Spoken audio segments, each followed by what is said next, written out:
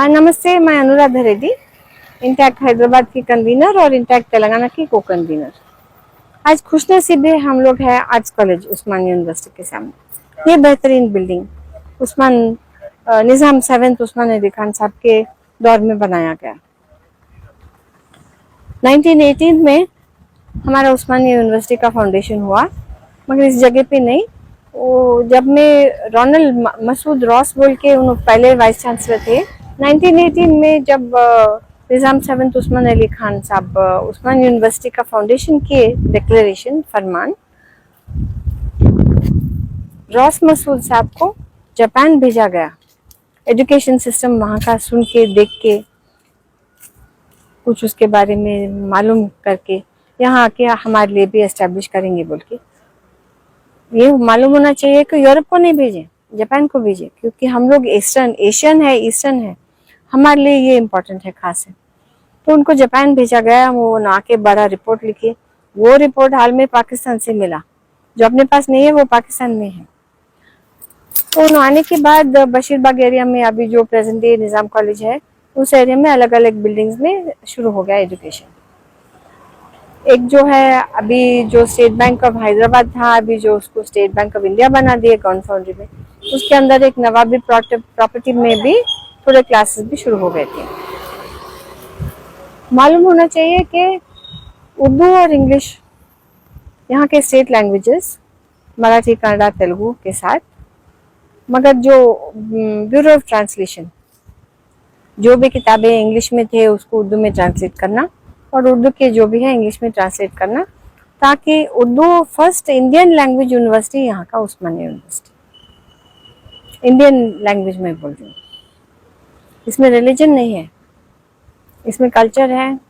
और जो आज भी हम लोग तेलुगु बोलते हैं तेलंगाना के, उसमें बहुत फारसी वर्ड्स भी है यूज़ करते हैं हम लोग, परेशान, मुस्ताब, मुश्किलें, सब।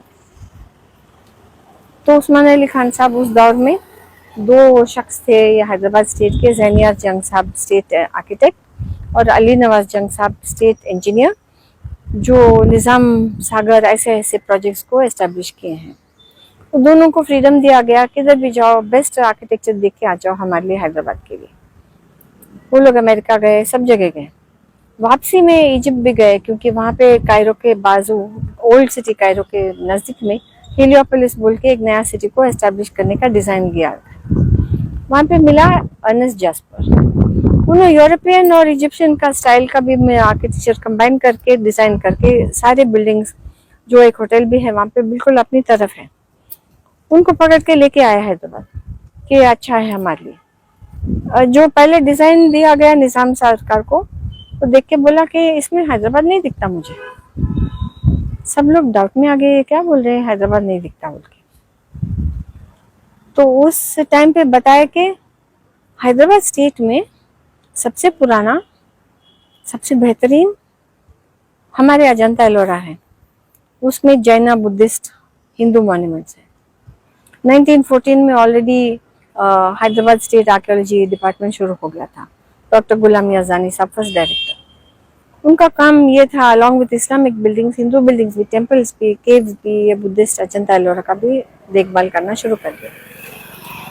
तो जब पूछा गया कि ये हैदराबाद नहीं दिखता मुझे, बताया कि हमारे मुल्क में अजंता एलोरा है। तो आज जो देखते हैं हमारे पीछे, वो ओरिजिनल डिज़ाइन स्क्रैप हो गया, और ये जो दिखता है ये फर्स्ट फ्लोर सब अजंता एलोरा के पिलर्स और आर्किटेक्चरल एलिमेंट्स इसमें है, और ऊपर फर्स्ट फ्लोर में है सो अपना पुराना जो कुतुबशाही, जो पर्शियन, उनका आर्किटेक्चर दिखता है।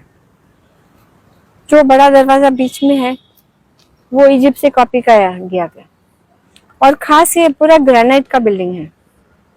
2 कलर के ग्रेनाइट यूज करे हैं, पिंक भी, ग्रे भी। जालियां भी सब स्टोन की, पत्थर की, इसमें मेटल नहीं है, ये उसी पत्थर के बने हुए हैं। तो पूरा देखने से सब एक जगह आके ये ब्यूटी होता है।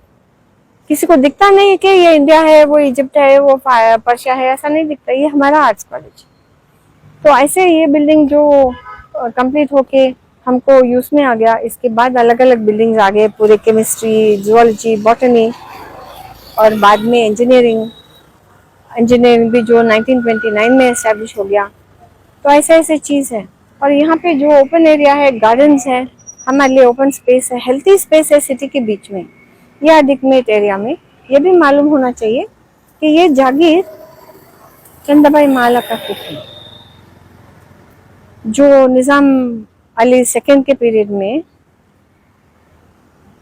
उसी टाइम में उन्होंने भी थी यहाँ पे, इनका जागीर था पर्सनल। तो उन्होंने शादी नहीं करी, वो तवाइफ थी, बच्चे नहीं थे, उनका प्रॉपर्टी स्टेट के अंदर भी आ गया वापस। तो जब इसके लिए एरिया ढूंढ रहे थे तो निज़ाम सरकार सोचा कि है जगह, नज़दीक भी है, दूर भी है, और इधर नज़दीक में हमारा रेलवे लाइन भी है, जामिया। और ये भी याद रखना चाहिए कि इस बिल्डिंग के तामीर के टाइम में, कंस्ट्रक्शन के टाइम में भी एक रेलवे लाइन यहाँ पीछे से जाता था, जो ग्रेनाइट मटेरियल यहाँ लाया गया। अभी भी हॉस्टल ए के पीछे क्रेन है जो ओरिजिनल ग्रेनाइट उठा के बिल्डिंग बना के टाइम में था, अभी भी है वो।